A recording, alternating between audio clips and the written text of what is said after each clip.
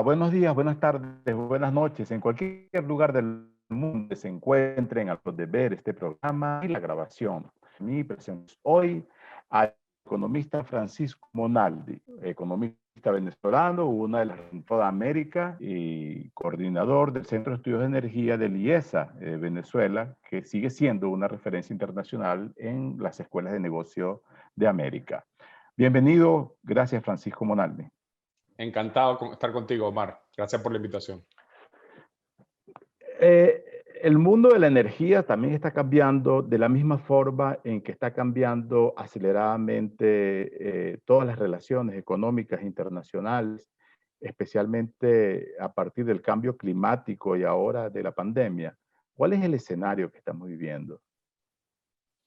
Mira, como tú dices, es un escenario increíblemente cambiante, sobre todo en las percepciones. Todavía en las realidades, ¿qué ocurrió fundamentalmente el año pasado? Colapsó la demanda de energía, pero no la de todas las energías, sino en particular masivamente la de petróleo, que cayó casi 10%, la demanda que no habíamos visto ni siquiera en la Segunda Guerra Mundial, según las estadísticas publicadas recientemente. Entonces, ahora, esa demanda se está recuperando rápidamente, pero combinado con este proceso de transición energética, lo que se prevé es que la demanda se recupere, pero llegue como a una especie de nivel de cierta estabilidad y empiece a declinar si es que no declina desde ahora. Y entonces hay escenarios muy variados, pero van desde una caída de la demanda petrolera para el año 2050 de los 100 millones de barriles que tenemos hoy a demandas de 70 millones de barriles o hasta dramáticas caídas como de 40 millones de barriles diarios. Ahora, el recordado Jeque Yabani, uno de los expertos petroleros de la historia, él decía, recordaba que la edad de piedra ha acabado por la falta de piedra. La pregunta es, la edad del petróleo está a punto de acabarse, de transformarse de una manera radical o puede esto ser circunstancial y recomenzar de nuevo como más o menos como antes? Mira, yo creo que esta vez sí la transición de alguna u otra forma va a ocurrir. Es decir, incluso si tú le quitas todo el componente de cambio climático, ya hay una tendencia brutal en la economía mundial a que se reduzca la intensidad petrolera de la economía mundial. Es decir, antes, cuando crecía el Producto Interno Bruto del mundo en 1%, llegó a pasar que crecía en más de 1% el consumo de petróleo, la demanda de petróleo. Hoy en día cuando sube la economía mundial 1%, el consumo de petróleo se incrementa muy poco y ya, como ya sabemos, ya llegó el pico de la demanda, por ejemplo, a Europa. Entonces, te decía, Omar, que incluso en escenarios en que hay una caída importante de la demanda del petróleo, hay que recordar que siempre hay que invertir para reponer los barriles de la naturación, de la declinación natural de los Declinación natural. yacimientos. Los anuncios de gobiernos en las regulaciones para hacer la transición hacia los coches, los carros, los automóviles eléctricos, es decir, sustituirlos de combustión interna. Hay fechas tan próximas como 2030 y 2050. Eso significa entonces que la demanda mundial de gasolina y de diésel, que es uno de los grandes motores de la industria petrolera, va a declinar gradualmente. Mira, pareciera que sí. El problema es que es difícil imaginarse que va a ocurrir a la velocidad que es necesaria, según los científicos, para que no ocurra el cambio climático en la magnitud que ellos quisieran que no ocurra, ¿no? Entonces, ¿por qué? Porque fíjate, incluso si todos los países desarrollados inmediatamente hoy empezaran a no vender sino automóviles eléctricos, como algunos ya lo van a hacer próximamente, como tú decías, todavía toda la parte de transporte de carga, toda la parte de transporte marítimo y toda la parte de transporte de aviación va a ser muy poco lo que ocurra vía eléctrica. Eso va a tomar mucho más tiempo. Y entonces, y todavía uno supone que se van a seguir vendiendo por muchos años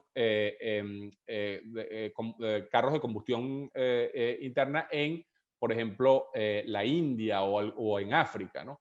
Entonces, incluso en ese escenario, si bien ya en Europa y posiblemente pronto en Estados Unidos, en Japón, en otros de los países desarrollados, va a caer sustancialmente la demanda de gasolina y de diésel, esto no va a ocurrir a nivel mundial tan rápidamente. Pero es inevitable, digamos. Hay muy pocos digamos, en la tubería de innovaciones tecnológicas en el mundo. Hay muy pocas cosas que permitan pensar, por ejemplo, descarbonizar el petróleo o generar alguna otra tecnología que evite el cambio climático. Hay muy pocas cosas que uno piense, oye, esto podría salvar al petróleo y permitirle seguir siendo la principal fuente de energía del mundo. ¿Cómo está siendo y realmente está el impacto de este escenario sobre las grandes compañías petroleras, especialmente las que están en los mercados? ¿Sería buen negocio de todos modos seguir invirtiendo en petróleo o hay que salir corriendo de esas posiciones?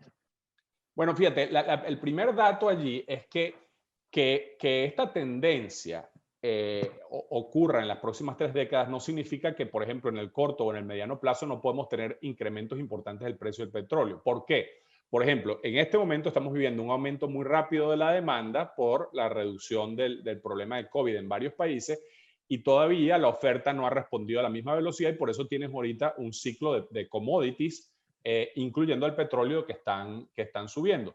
Todavía hay un montón de capacidad ociosa en la OPEP y Rusia, o sea que depende mucho de lo que haga la OPEP, lo que pase en el próximo 1 o 2 años con el precio del petróleo, pero es concebible que tengamos precios altos por un tiempo y que tengamos volatilidad y precios subiendo y bajando en el camino. O sea que todavía hay muchísimo dinero que hacer en el negocio petrolero. Recuerda que el costo de producción en muchos países no supera los $10 y el precio del petróleo, por supuesto, está a 7 veces más o incluso más que eso. O sea que hay mucho dinero por hacer en el petróleo en las próximas 3 décadas. Y eso es lo que va a generar como una gran tensión, porque como tú decías, las empresas que están listadas en el mercado están recibiendo una presión brutal de sus gobiernos, en el caso de las europeas, y de sus accionistas en muchos otros casos, ¿no? En que les están diciendo, ustedes tienen que reducir su intensidad de carbono. Y, por ejemplo, en Shell hubo una decisión de las Cortes de Holanda diciendo que tienen que dramáticamente reducirlo. Entonces, muchas de estas empresas están vendiendo activos y dejando de invertir en activos intensivos en carbono. Shell se está transformando en una empresa más de gas. BP está incluso yendo más allá, diciendo que se va a transformar en una empresa de energías renovables en una porción importante. Entonces la pregunta es, ¿quién va a producir el petróleo? Porque, como te digo, aunque hay una gran incertidumbre, hay que invertir. Se estima que más de $300 mil millones en petróleo en los próximos años para poder mantener, digamos, la oferta necesaria para cubrir la demanda. Entonces, la pregunta es, ¿quién lo va a hacer? Entonces, una son, por supuesto, las empresas estatales del Medio Oriente, ¿no? Arabia Saudita, los Emiratos Árabes está subiendo significativamente su capacidad de producción. Otras pueden ser las empresas de, por ejemplo, China, ¿no? que va a seguir siendo un país que va a demandar mucho petróleo, y otras van a ser las empresas pequeñitas que no están presionadas por el mercado de valores tanto como empresas que no se cotizan en bolsa o empresas que se cotizan en el mercado canadiense, que van a aprovechar el espacio que dejan las grandes empresas multinacionales y van a tomar ese espacio mientras sea rentable, mientras producir petróleo sea un buen negocio como lo es.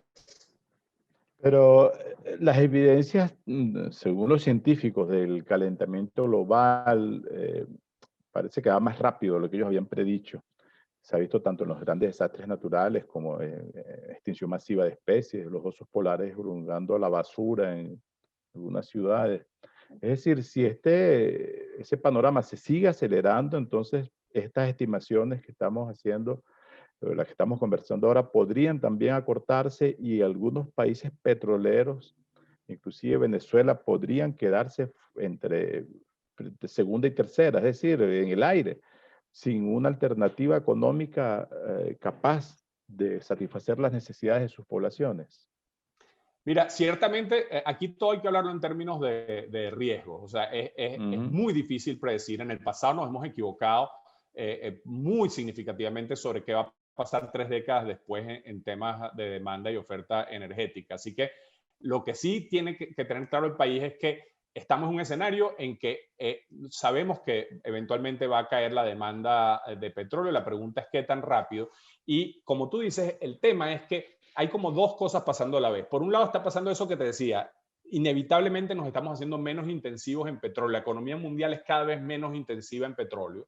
Pero además está el tema de las políticas públicas, ¿no? Que tú ya mencionaste algunas y que pueden acelerarse mucho en la medida de que los gobiernos se den cuenta de lo serio que es este tema, de la gravedad de lo que está pasando en el cambio climático. Como te decía, para evitar que se llegue a 2 grados centígrados de incremento, hay que hacer cosas realmente titánicas. De hecho, que no se pueden con la tecnología de hoy. Requiere cambio tecnológico acelerado en las próximas 3 décadas. Entonces, Venezuela se tiene que preparar para eso, porque además, recuerda que Venezuela lo principal que tiene es petróleo extra pesado, que tiene una mayor intensidad de CO2 en todo el proceso, tanto de producción como de su consumo.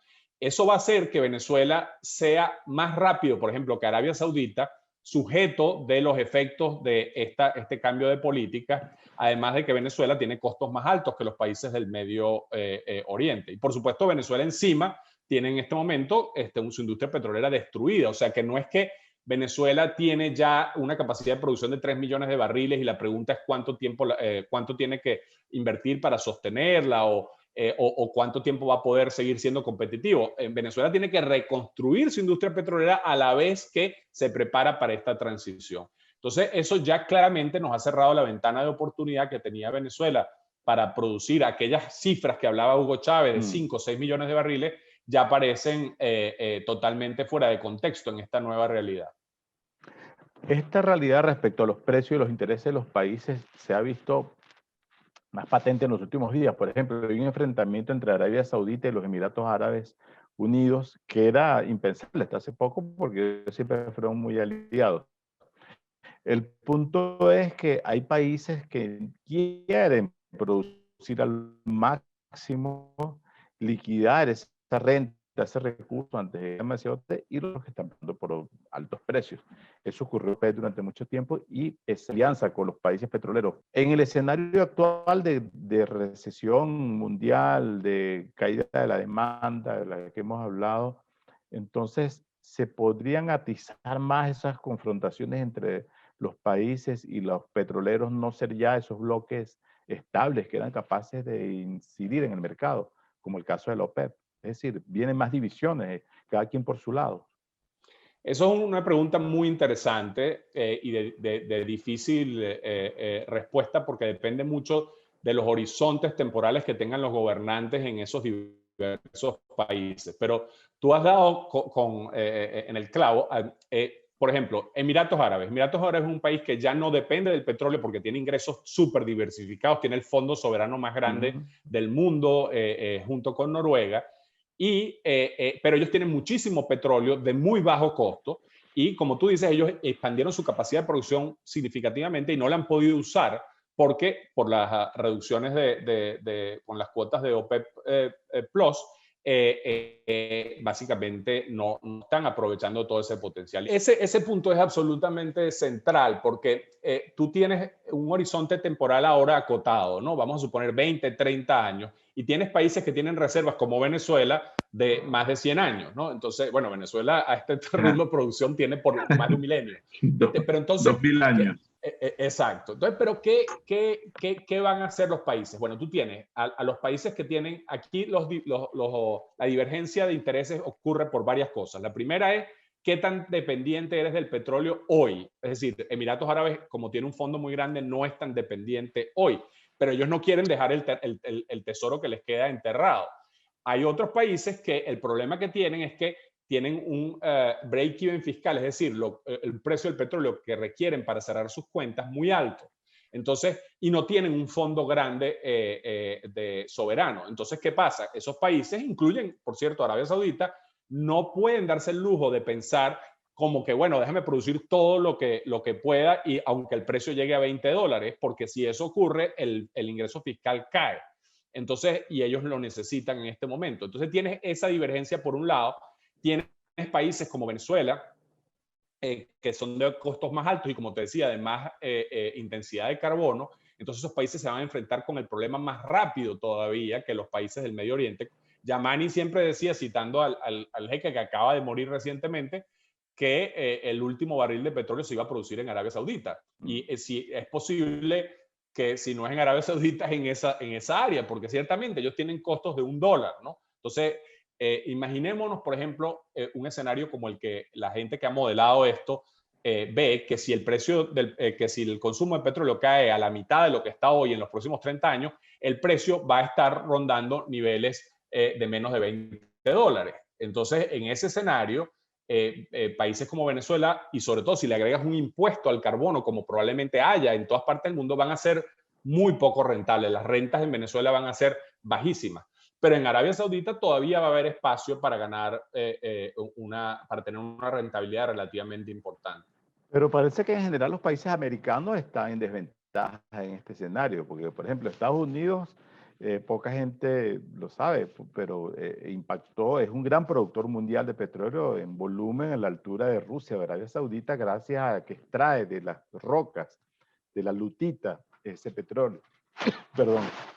Después tenemos el caso de Brasil en el presal, que es sacar petróleo a 4 kilómetros de profundidad más allá del nivel del mar.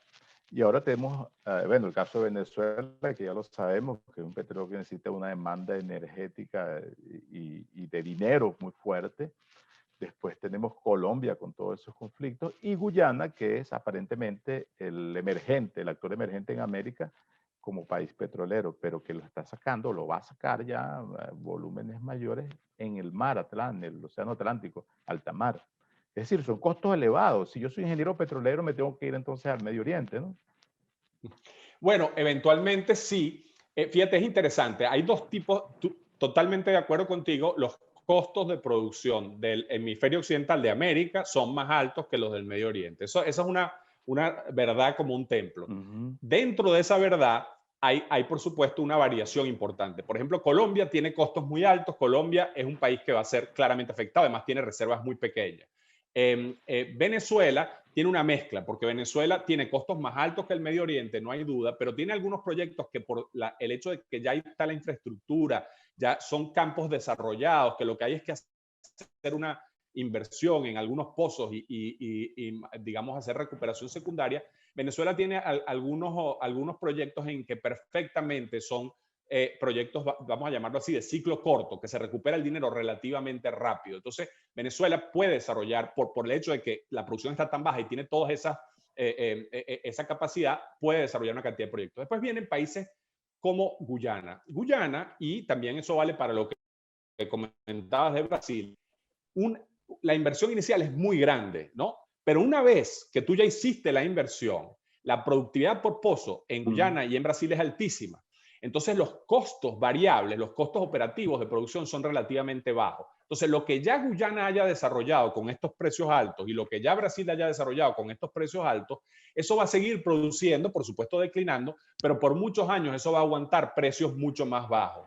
Lo que no va a ocurrir es, una vez que el precio llegue a niveles un poco más bajos, no se van a desarrollar los nuevos y ahí Brasil va a dejar de aprovechar una cantidad de oportunidades muy grandes y posiblemente Guyana llegó tarde a la fiesta, ¿no? Guyana se va a transformar en el principal productor de petróleo por habitante del planeta, más que los países del Medio Oriente. Pero la ventana de oportunidad obviamente se les cerró. Ellos debían haber sido, pasado el cambio climático, un país como Venezuela que hubiera producido petróleo por más de 100 años. Ahora lo más probable es que Guyana tenga, digamos, 30 años de bonanza y luego una declinación importante. Entonces, los grandes fondos internacionales están direccionando sus carteras de inversiones en el área energética. ¿Hacia dónde se está moviendo ese dinero? Es decir, proyectos de energía limpia, verde, hidro, en fin. ¿Dónde se está yendo ese dinero? Porque imagino que el petróleo ya no es tan protagonista. Eso es muy interesante porque los grandes fondos de inversión ciertamente no están queriendo invertir en petróleo. No es tanto porque no haya rentabilidad, es porque ellos piensan que tienen que colaborar, que tienen que contribuir en el tema del cambio climático. Pero Les da mientras haya mala prensa, rentabilidad, ¿no? perdón, Les da mala prensa, mala imagen pública. les da muy mala prensa, es costoso desde la perspectiva, digamos, de la relación con sus gobiernos, etcétera, ¿no? Entonces, ciertamente hay una presión muy fuerte social para que no sigan invirtiendo de manera importante en petróleo. Los multilaterales, obviamente, todos se salieron de petróleo. Entonces, ¿qué va a pasar? Tenemos, por un lado, esas presiones, que es la que están llevando a BP y Shell a salirse del negocio cuando, si lo ves desde el punto de vista puramente de números, ellos podrían seguir haciendo mucho dinero en petróleo, por lo menos por un tiempo.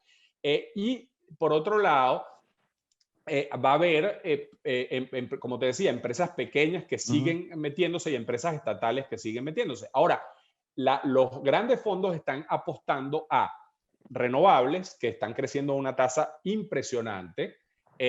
Ahora el gran entusiasmo es con la idea del hidrógeno, porque déjame contarte, tú para poder evitar el cambio climático a la tasa que queremos evitarlo, vas a tener que electrificar al mundo de una manera, vas a tener, por ejemplo, que invertir en producir más cobre del todo el cobre que has producido en la historia de la humanidad, para los cables, las baterías, etcétera. Lo mismo te pasa con un montón de otros minerales. Entonces, allí, por ejemplo, hay un potencial de negocio gigantesco en que se están metiendo muchos fondos de inversión que antes invertían en petróleo, están pensando en los minerales críticos para la Como electrificación. el litio de las Otra área, baterías, perdón, como el litio de las baterías, de los carros.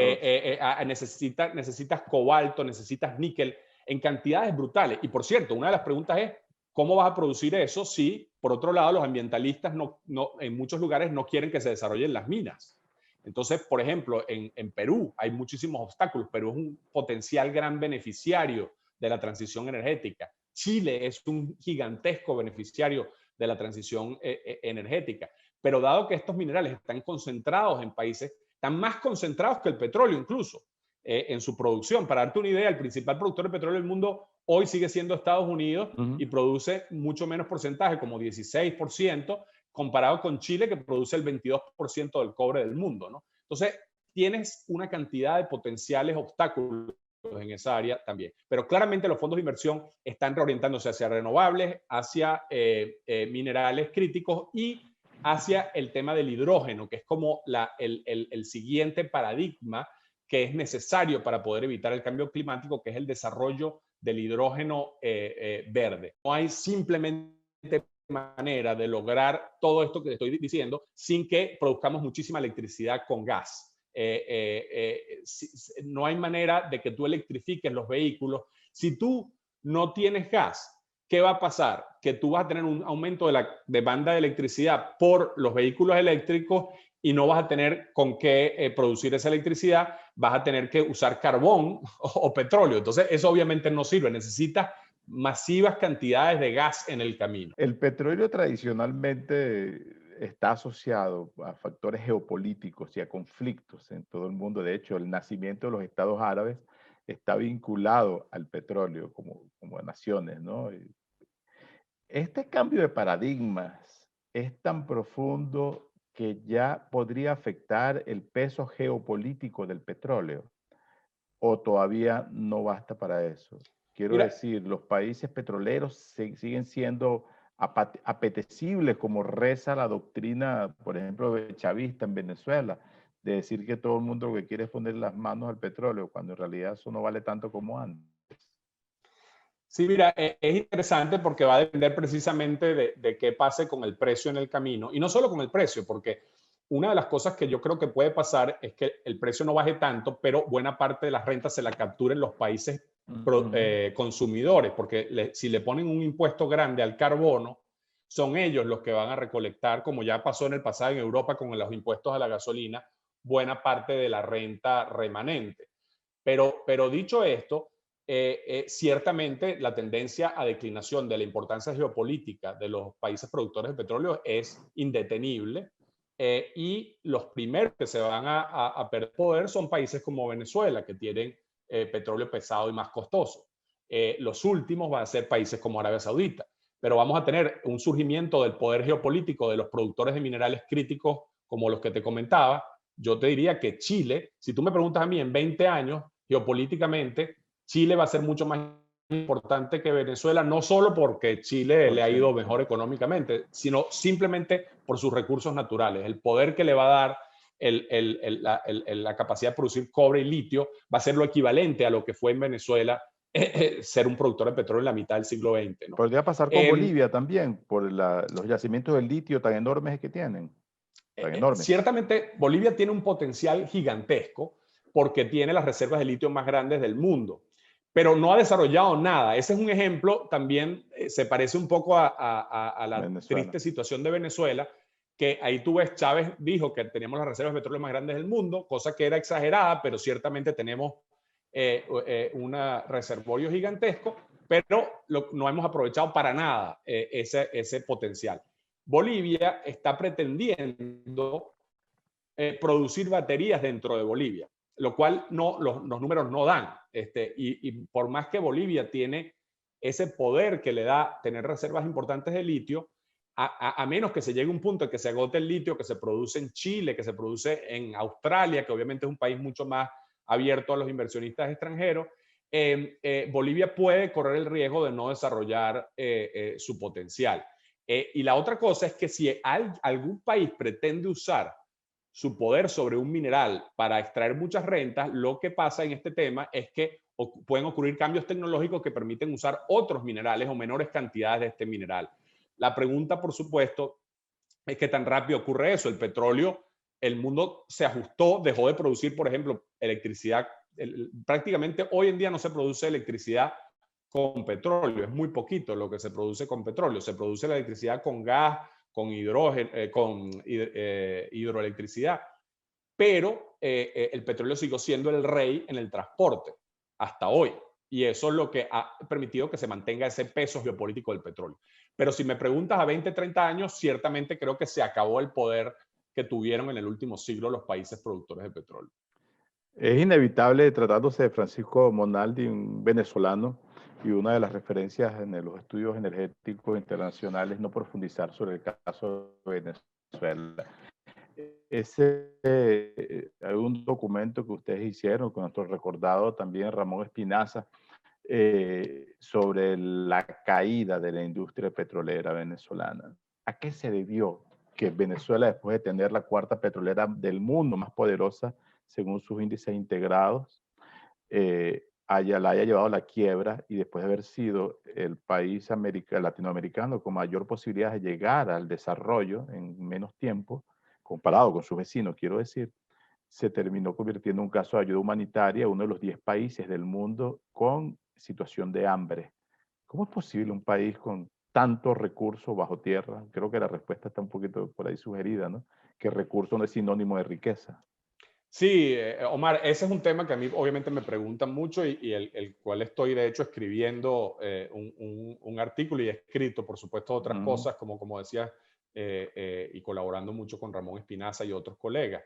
Es una historia realmente increíble, porque si bien es cierto que ha habido tradicionalmente esa idea de que tener recursos puede llegar a ser una maldición, lo que ocurrió en Venezuela es realmente difícil de explicar, porque tú lo puedes ver en muy pocos países del mundo están peor por descubrir recursos naturales como petróleo. Puede ser que no estén tan bien como deberían estar con toda esa riqueza, pero prácticamente ninguno, tú puedes decir, está peor de lo que hubiera sido sin descubrir esos recursos. En el caso venezolano se dieron una combinación de circunstancias realmente notables, ¿no? Por un lado,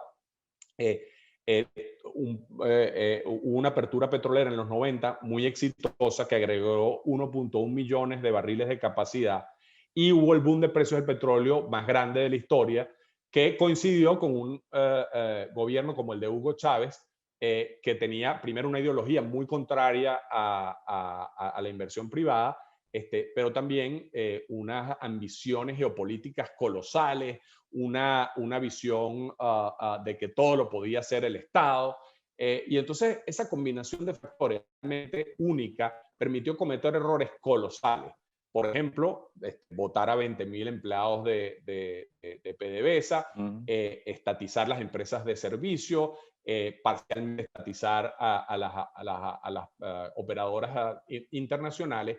extraerle recursos a PDVSA de una manera loca. O sea, se incrementó la deuda de PDVSA de 3.000 a 45.000 millones de dólares y no se invirtió en exploración y producción. Nos endeudamos brutalmente con los chinos y tampoco se usó para invertir en petróleo. Y entonces, con todas esas declaraciones de que íbamos a subir a 6 millones de barriles, la producción venía declinando. Por supuesto, cuando las cosas realmente hacen eclosión es cuando colapsa el precio en el año 2014 y entonces allí, como decía Warren Buffett, se ve quién tenía traje de baño y quién no cuando bajó la marea. Y entonces, en el caso de Venezuela, la empresa PDVSA ya estaba en impago con sus proveedores, con sus socios y, por supuesto, eventualmente con sus acreedores financieros. Y encima de eso, por supuesto, le vinieron las sanciones que también contribuyeron desde el 2017, pero más todavía desde el 2019, a afectar el flujo de caja de PDVSA, y PDVSA no se pudo ni siquiera beneficiar de algunos aumentos del petróleo que hubo en el camino antes del COVID y ahora después del COVID, porque no tiene la capacidad ni el flujo de caja para hacer esas inversiones y ni para atraer a los inversionistas extranjeros. Pero sí es una cosa difícil de imaginar que un país que tiene los recursos hidrocarburíferos quizás más grandes del planeta, no las reservas, pero eso es otra discusión, que ese país haya caído su producción más de 80% y que haya desencadenado esta crisis humanitaria, es algo que va a requerir mucha explicación porque es difícil de imaginar. El petróleo, una de las cosas que te hace en booms es que te permite cometer errores muy graves que no tienen consecuencia inmediata. Tú puedes destruir la gallina de los huevos de oro, comerte el sancocho, pero por un momento pareciera que todo es posible. Y lamentablemente eso fue lo que le ocurrió a Venezuela. Si entendí bien, entonces el colapso de la economía venezolana actual se debió más a la baja de la producción que a la caída de los precios petroleros.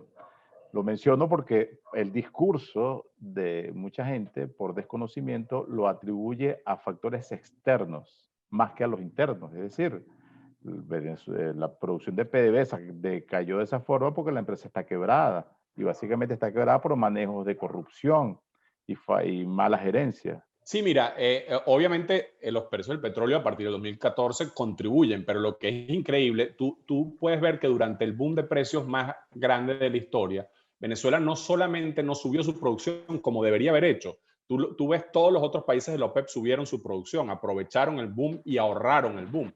Yo te diría que los dos grandes errores de política económica, hay muchísimos errores de política económica, destrucción del sector privado, etcétera.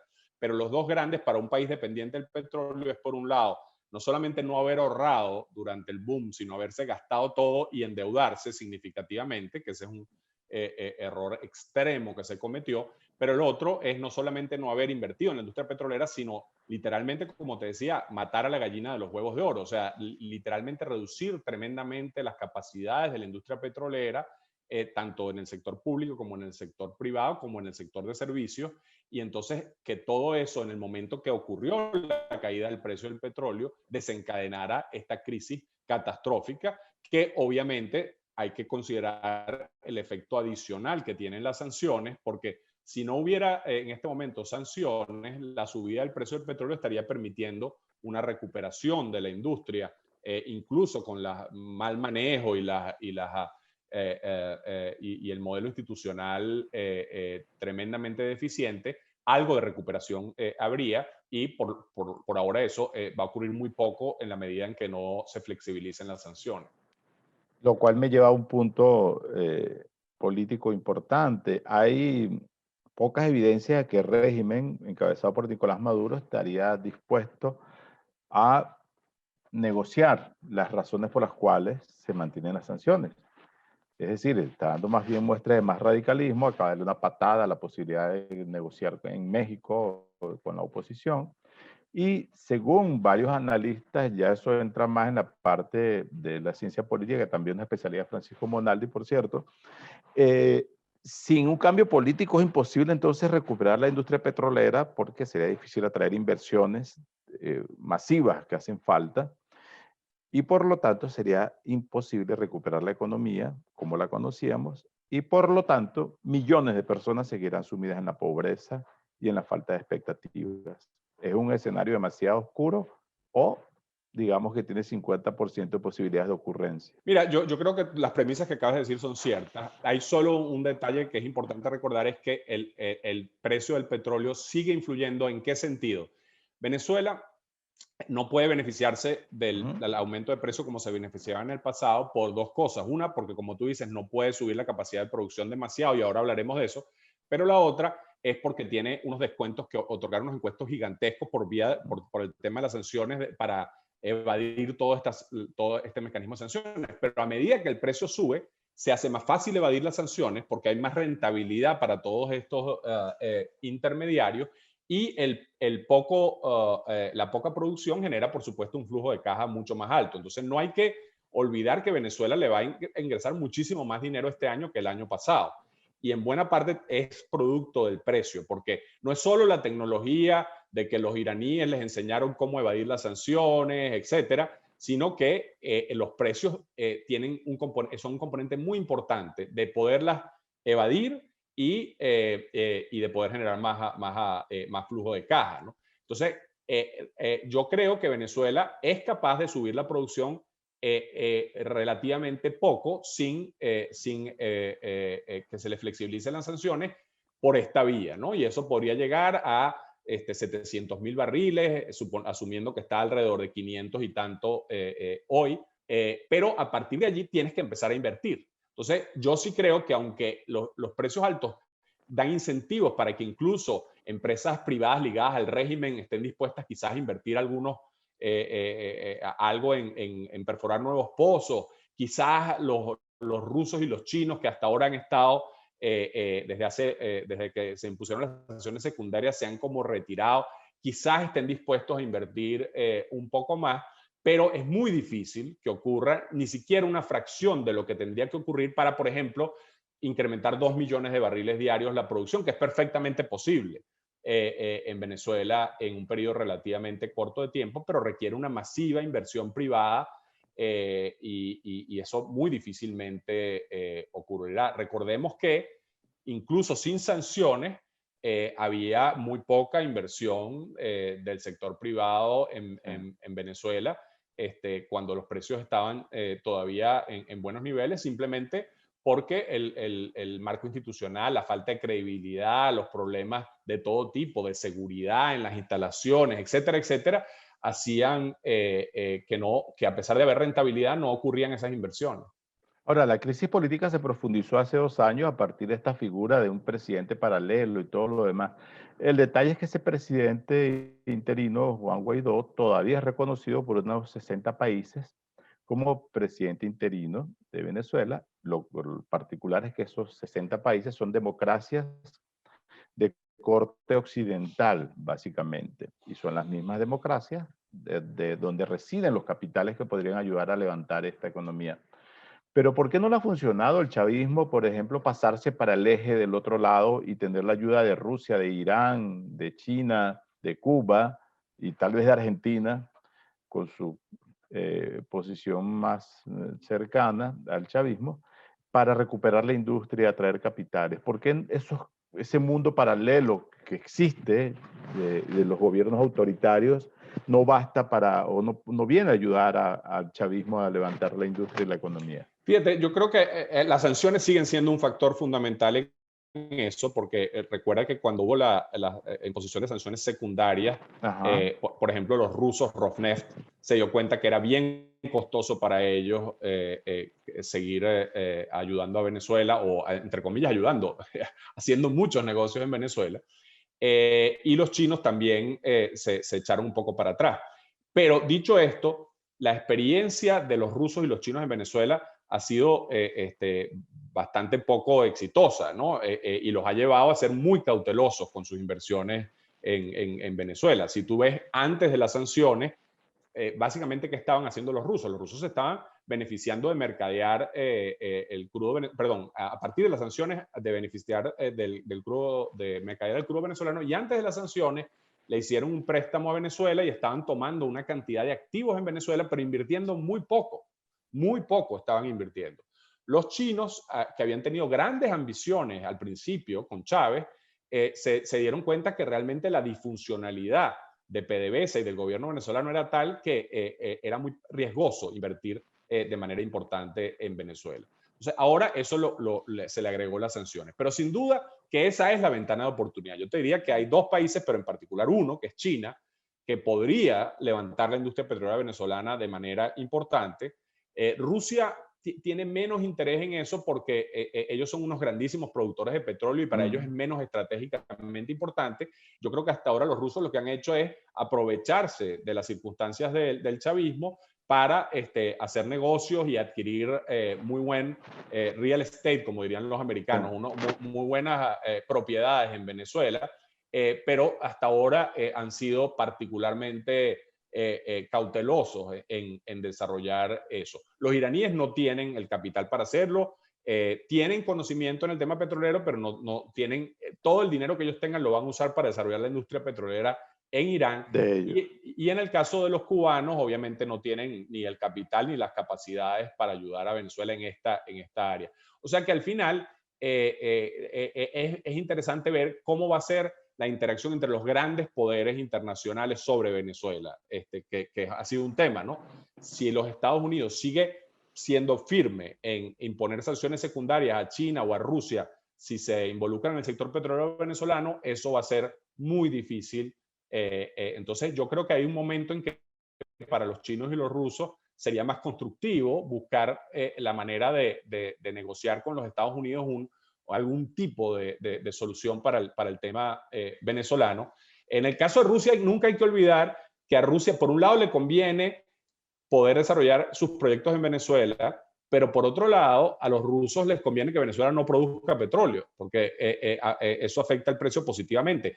La razón, si ustedes ven lo que aumentó la producción de Estados Unidos, de Rusia y de Arabia Saudita, buena parte de eso no tuvo el efecto que hubiera tenido porque desaparecieron más de 2,5 millones de barriles de Venezuela. Entonces eso realmente fue un factor que apuntaló el precio del petróleo. En cualquier escenario, entonces, ya buscando un final feliz para esta historia de Venezuela, el petróleo va a seguir siendo una muleta, una herramienta, o tal vez la única que tenemos para tratar de levantar esta economía con cualquier gobierno. Mira, Omar, hay un escenario en que, déjame ponerlo en positivo. En positivo, el petróleo sigue siendo una oportunidad y el gas, en menor medida, una oportunidad tremenda para Venezuela porque no hay negocio más rentable todavía y no lo va a haber probablemente en las próximas 2 décadas en Venezuela y que permita atraer la cantidad de inversión que puede atraer el petróleo en un país que va a seguir siendo, creo yo, un país con cierta inestabilidad política, con cierta incertidumbre, ¿no? Entonces, el petróleo podría ser una oportunidad extraordinaria para recuperar parcialmente la economía. El petróleo para nada es suficiente. Jamás vamos a ser un país rico como el que fuimos en términos per cápita en los años 50, 60 y 70 en base a petróleo. Eso ya no es posible porque la población es mucho más grande y no dan los números. Pero dicho esto, sí sería como el gran arranque inicial en la próxima década si ocurre. El miedo que me da a mí es que, como tú dices cuando usaste la palabra muleta, es que volvamos a entrar como en ese limbo en que lo único que invertimos es un poco en petróleo, el país sigue siendo inestable y como la volatilidad que le produce el petróleo hace que el país no pueda manejar bien su macroeconomía, no pueda desarrollar otros sectores. Digamos, la historia que tú ya conoces, la historia de los últimos 30, 40 años, y entonces nos quedemos otra vez en una especie de limbo en que el país se recupera alguito porque recupera la industria petrolera, pero no logra despegar todos los otros sectores que hacen que entonces, digamos, lo que sigamos es como, digamos, sobreviviendo, pero no logremos recuperar a nuestra economía de manera sostenible. Yo espero que ese segundo escenario no sea el escenario, pero me temo que puede ser. Y por supuesto hay uno peor, que es que ni siquiera podamos desarrollar el sector petrolero y que sigamos en esta economía casi norcoreana o cubana, tremendamente limitada en que celebramos por cosas minúsculas como que un chichero tiene una cola o como que se abrió un restaurante de lujo en algún lugar o se vendieron unos Ferrari. Eso es un poco triste porque nos lleva a recordar que Venezuela padeció durante mucho tiempo el complejo de país rico y lo sigue teniendo y muchos gobernantes lo siguen teniendo. A diferencia de los últimos 30 años, ahora sí parece que es una crisis estructural definitiva, mucho más fuerte. ¿Qué hace falta para que un país se dé cuenta que ya no es lo que era? Porque Venezuela era la cuarta economía de América Latina. Ahora es, si acaso, la decimotercera, y países como Panamá y República Dominicana producen más. Pero en el imaginario, en el colectivo, eso como que no ha caído todavía esa idea. ¿Crees que es necesario avisárselo a la gente que este país ya no es una economía petrolera rentista porque no hay renta suficiente? Sí, es que ese es el escenario del medio en que me da miedo que nos mantengamos, ¿no? Que es esa cosa que tú dices, bueno, por un lado, si inviertes en petróleo ganas un dineral, nada que ver con el pasado, sobre todo en per cápita, ¿no? Porque si tú ves, tú sabes que nosotros llegamos a producir durante la época de Pérez Jiménez nuestro pico per cápita de barriles, no así, no por el precio, pero de barriles. Ujú. Y hoy en día producimos una fracción muy pequeña de lo que no estoy hablando incluso si estuviéramos en 2 millones de barriles por la población, estaríamos produciendo muchísimo menos, ¿no? Entonces, Venezuela ya no puede ser aquel país que parecía condenado al éxito, como dijeron algunos, solamente por el petróleo. Eso ya no hay ninguna duda de que no va a ocurrir. Pero como tú dices, la clave es que nuestra mentalidad cambie, que entendamos eso. Que por un lado, porque hay gente que cae en el otro extremo, que es que, bueno, entonces ya no podemos producir petróleo, mejor que se destruyó la industria petrolera, etc.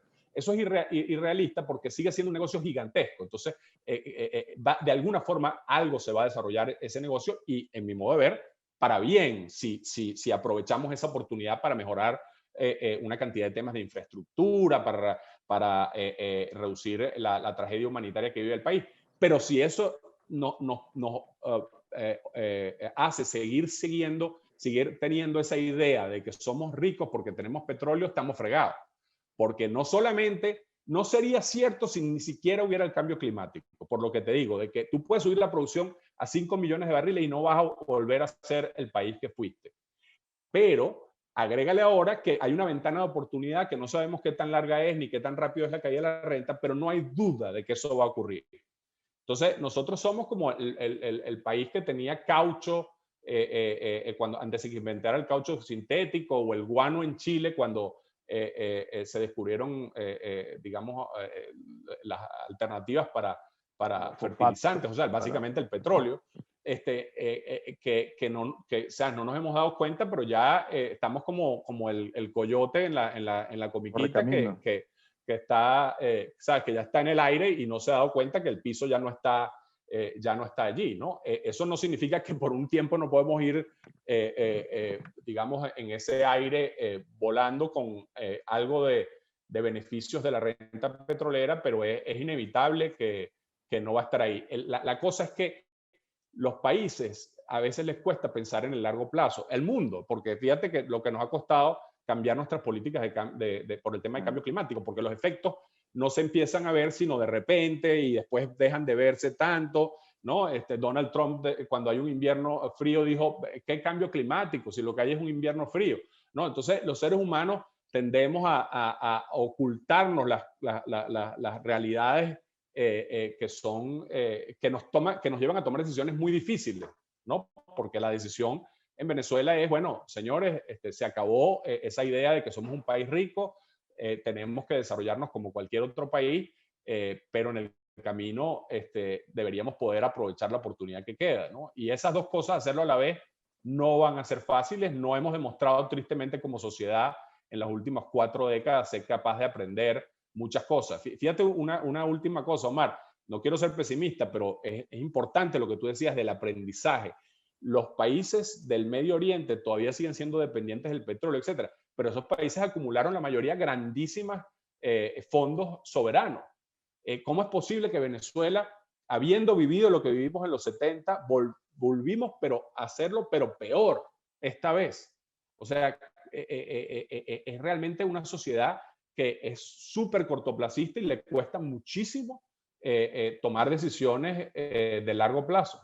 Y de hecho en la propia Constitución estaba establecido que había que ahorrar excedentes. Y hay una cosa que se llama Fonden, que perdió al menos 350.000 millones de dólares, que nadie sabe dónde están, que hubiera servido como el cochinito, la alcancía para los días lluviosos, Así es. para los malos tiempos, como decía el pasaje de la Biblia de José y el faraón, de las 7 vacas flacas y las 7 vacas gordas, que es la primera lección de políticas públicas, por cierto, Bueno, en un como tú libro. dices, está en la Biblia, el principio está en la Biblia, lo hemos vivido los venezolanos, como tú dices, en la Constitución del 99 no solamente se habla de un fondo, sino de uno intergeneracional. O sea, que ya estábamos no solamente pensando en la tema de la volatilidad del precio, sino estábamos pensando a los venezolanos que no habían nacido, ¿no? Están inscritos ahí, ¿no? Eso lo metieron Tobías Nóbrega y Alfredo Peña, pero al final la sociedad nunca ha, digamos, tomado como conciencia de la necesidad de pensar en el largo plazo. Siempre hemos estado viviendo el hoy y no el mañana, ¿no? Es como la historia aquella de la fábula aquella de la cigarra y la Sí, la hormiga, hormiga. ¿no? Doctor Monaldi, para terminar con una pregunta que tal vez debió ser una de las primeras. Los últimos eventos en Venezuela, las prisiones de opositores, la patada a la mesa, quiero reiterar otra vez ese punto, aleja más la posibilidad de una salida negociada al conflicto y por lo tanto de una recuperación económica que ayude a pasar esta tragedia social en la que están sumidos millones de venezolanos.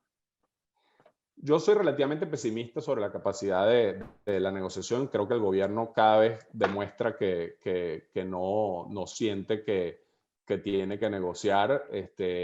Sería necesario, yo creo que hay factores dentro del chavismo que se dan cuenta, por ejemplo, que si no hay negociación no se va a recuperar la industria petrolera, pero piensan en la medida en que negociar la flexibilización de sanciones nos lleva a correr el riesgo de perder el poder, no lo vamos a hacer, ¿no? Ahora, no queda otra, ¿no? No queda otra que seguir presionando por esa búsqueda de una salida negociada. Yo creo que hay eventos internacionales que pueden empujar para un lado o para el otro. Por ejemplo, la subida del precio del petróleo sin duda ayuda a que Maduro reciba un flujo de caja mayor que el año pasado, lo hace sentir menos presionado, pero por otro lado, también le puede hacer pensar a gente como el Aizami claramente, oye, imagínate todo lo que podríamos estar haciendo en este momento si no tuviéramos estas sanciones tan apretadas, ¿no? Porque ciertamente ellos podrían estar pensando en atraer inversiones relativamente importantes en el sector petrolero, ¿no? Pero ciertamente en Venezuela no va a haber una recuperación sostenida, no va a haber un crecimiento que permita que los hogares venezolanos vuelvan a tener un estándar de vida aceptable, a menos que haya una negociación o una transición política de algún tipo que no solamente permita que la comunidad internacional acepte la vuelta de Venezuela a la economía, a la integración de la economía venezolana con la economía internacional, sino que permita atraer las inversiones. Bueno, hemos repasado muchos temas. Yo creo que podríamos escribir un libro completo sobre la economía petrolera venezolana, pero ya hemos abusado del tiempo de Francisco Monaldi y de nuestras audiencias. Muchas gracias otra vez por esta oportunidad de conversar tan abiertamente y bueno, ya hablaremos en temas menudos en los próximos meses, porque este escenario tiene que ir cambiando. Encantado, Omar. Estamos siempre a la orden. Ha sido Saludos. Francisco Monaldi, economista venezolano del Baker Institute de la Universidad de Rice de Estados Unidos, de IESA, uno de los expertos petroleros y consultores más cotizados y más solicitados para intentar entender a dónde va el mundo de la energía hoy y países como Venezuela que han quedado a la deriva. Desde Caracas, Venezuela, Omar Lugo para El Estímulo y The Objective en España. Salud.